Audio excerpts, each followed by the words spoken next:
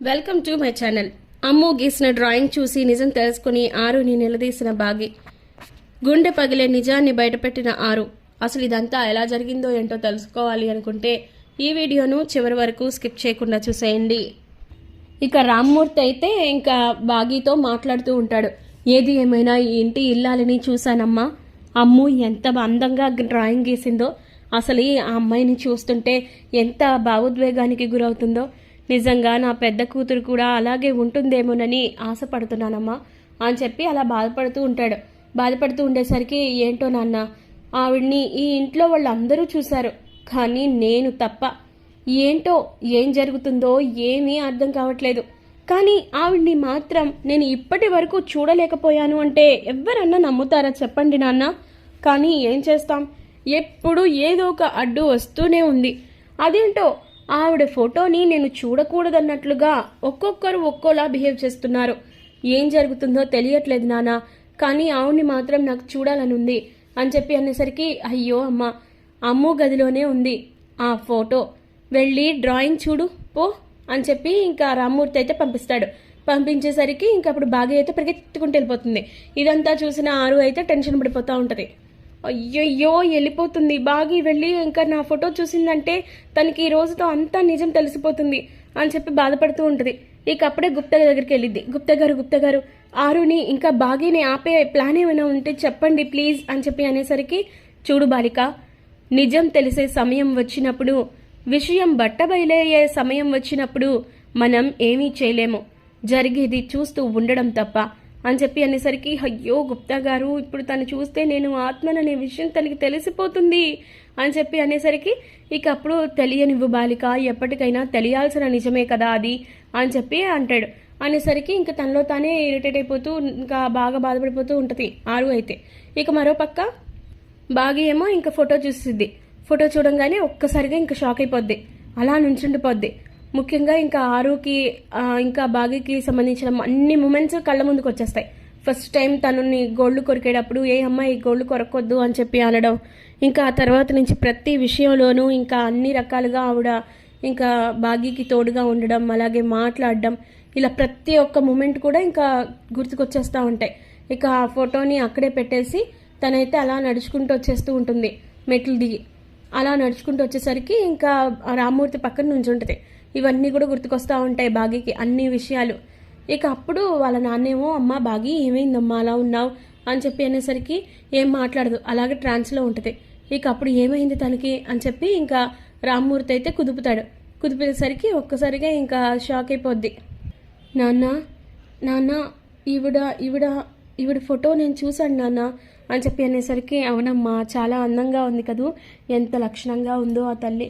నిజంగా అలాంటి అమ్మాయిని ఇంకా ఆ భగవంతుడు ఈ ఇంటికి ఎందుకు దూరం చేశాడో అని చెప్పి బాధపడుతుంటే, ఇంకా అప్పుడే ఎదురుగుండా ఆరు కనిపిస్తుంది. ఆరు అటు ఇటు తిరుగుతూ ఇంకా బాగిని చూడదు. అప్పుడే ఇంకా తనలో తానే టెన్షన్ పడిపోతూ ఉంటుంది. ఇప్పుడు బాగి కనుక తన ఫోటో చూస్తే ఏంటి పరిస్థితి అని చెప్పేసి ఇంకా తనలో తానే టెన్షన్ పడుతుంటే, ఇక అప్పుడు అదంతా చూసి మళ్ళీ షాక్ అయిపోద్ది. ఇదేంటి, నాకు ఈవిడ మళ్ళీ కనిపిస్తుంది అంటే ఆవిడ ఆత్మగా నాకు ఒక్కదానికే కనిపిస్తుందన్నమాట. అందుకే ఎన్నోసార్లు నేను ముట్టుకుంటాను అన్నప్పుడల్లా ఆవిడ దూరంగా జరిగిపోతూ ఉండేది అని చెప్పేసి ఇంకా అలా బాధపడుతూ ఉండేసరికి ఇక అప్పుడు ఆలోచిస్తూ ఉంటుంది బాగి అయితే.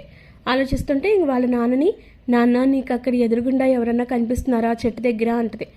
నాకా చెట్టు దగ్గర ఎవరు లేరు కదమ్మా, ఎవరున్నారు అక్కడ అని చెప్పి అనేసరికి ఒక్కసారిగా షాక్ అయిపోతుంది. అంటే నాకు మాత్రమే కనిపిస్తుంది అనమాట అని చెప్పేసి ఇంకా అప్పుడే రాతోడు వస్తాడు.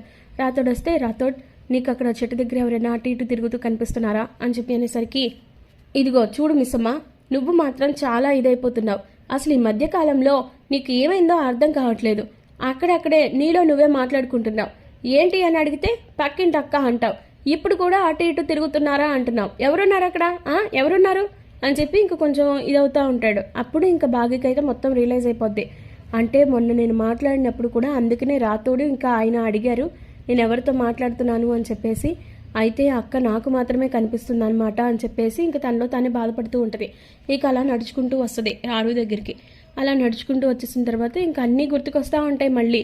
ఇక బాగితో మాట్లాడడం, ఆరుతో ఇంకా అక్క అని అనడం, ఇంకా ఈ ఇంటి గురించి ఎక్కువ మాట్లాడడం, మనోహరి గురించి చెప్పడం, ఇవన్నీ కూడా గుర్తుకొచ్చేసి బాధపడుతుంది.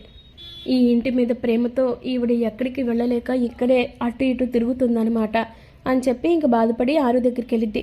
ఎందుకు అక్క నన్ను ఇంత మోసం చేశావు అని చెప్పి అనేసరికి ఒక్కసారిగా ఆరు షాక్ అయిపోతుంది. మిస్ అమ్మ అది అది అంటే వద్దక్క, ఇంకా నువ్వేం చెప్పొద్దు. నువ్వే ఈ ఇంటి ఇల్లాలివని నాకు తెలిసిపోయింది. నువ్వు నాకు మాత్రమే కనిపిస్తున్నావనే విషయం కూడా నాకు తెలిసిపోయింది. కానీ ఎన్ని రోజులు నన్ను ఎందుకు మోసం చేశావు? అసలు పక్కింటి అక్క అని చెప్పాల్సిన అవసరం ఏముంది అని చెప్పి అనేసరికి అది కాదు మిస్ అమ్మ, నేను ఈ ఇంటి ఇల్లాలని, నేను చనిపోయాను, నేను ఆత్మగా నీకు కనిపిస్తున్నాను, ఈ ప్రపంచంలో ఎవరికి కూడా దక్కని ఆ వరం నీకే దక్కింది, ఇంకా నేను ఇంట్లో ఎవరికి కూడా కనిపించట్లేదు, నీకు మాత్రమే కనిపిస్తున్నాను అని చెప్తే నువ్వు ఎలా ఫీల్ అవుతావు చెప్పు? ఫస్ట్ నాతో భయపడతావు కదా, భయపడి నాతో ఇంత అటాచ్మెంట్ పెంచుకునేదానివా? లేదు కదా. ఖచ్చితంగా మొదట్లోనే దూరంగా పారిపోయేదానివి. ఇక అప్పుడు నా పిల్లల గురించి నీతో కాకుండా ఇంకెవరితో చెప్పుకోను?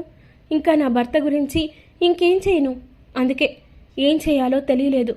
ఎందుకు ఇక్కడ ఆత్మలాగా ఉండిపోయానని పరిశోధిస్తే నా పిల్లల సంతోషం కోసం, నా కుటుంబం సంతోషం కోసమని అర్థమైంది. అందుకే అప్పటి నుంచి ఇక్కడే ఉండిపోయాను. ఇలాగే సతమతం అవుతున్నాను.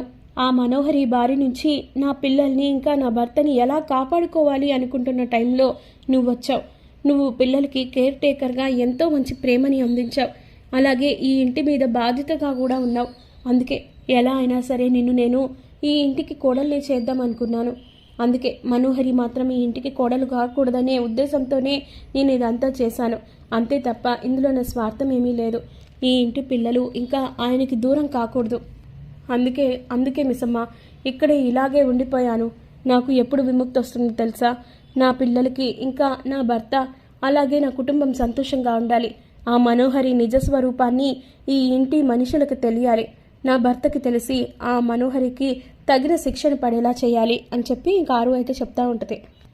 ఇక అప్పుడు ఇవన్నీ విన్న ఆరు ఇంకా బాగి అయితే ఒక్కసారిగా షాక్ అయిపోతుంది. ఆ మనోహరి ఈ ఇంటి వాళ్ళని ఏమీ చేయలేదులే అక్క అని చెప్పి అనేసరికి లేదు, ఇప్పుడు మన అమ్ము ప్రమాదంలో ఉంది బాగి అని చెప్పి అనేసరికి బాగి ఒక్కసారిగా షాక్ అయిపోతుంది. ఏమంటున్నావు అక్క అనేసరికి అవును, మొన్న పౌర్ణమి రోజున నాకు శరీరంలోకి దూరే ఆ ఇది వస్తుంది.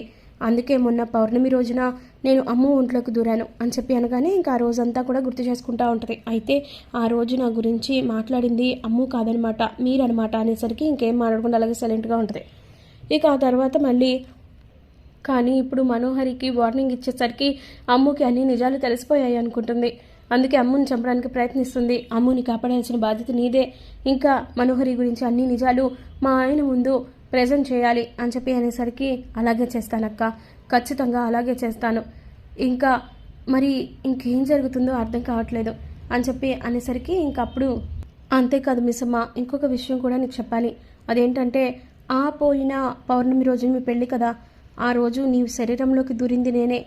ఇంకా ఆ రోజు నీకు తెలియకుండానే పెళ్లి జరగడానికి కారణం నేనే. ఆ రోజు నీ శరీరంలోకి దూరి ఇంకా నేను ఆయన్ని పెళ్లి చేసుకున్నాను.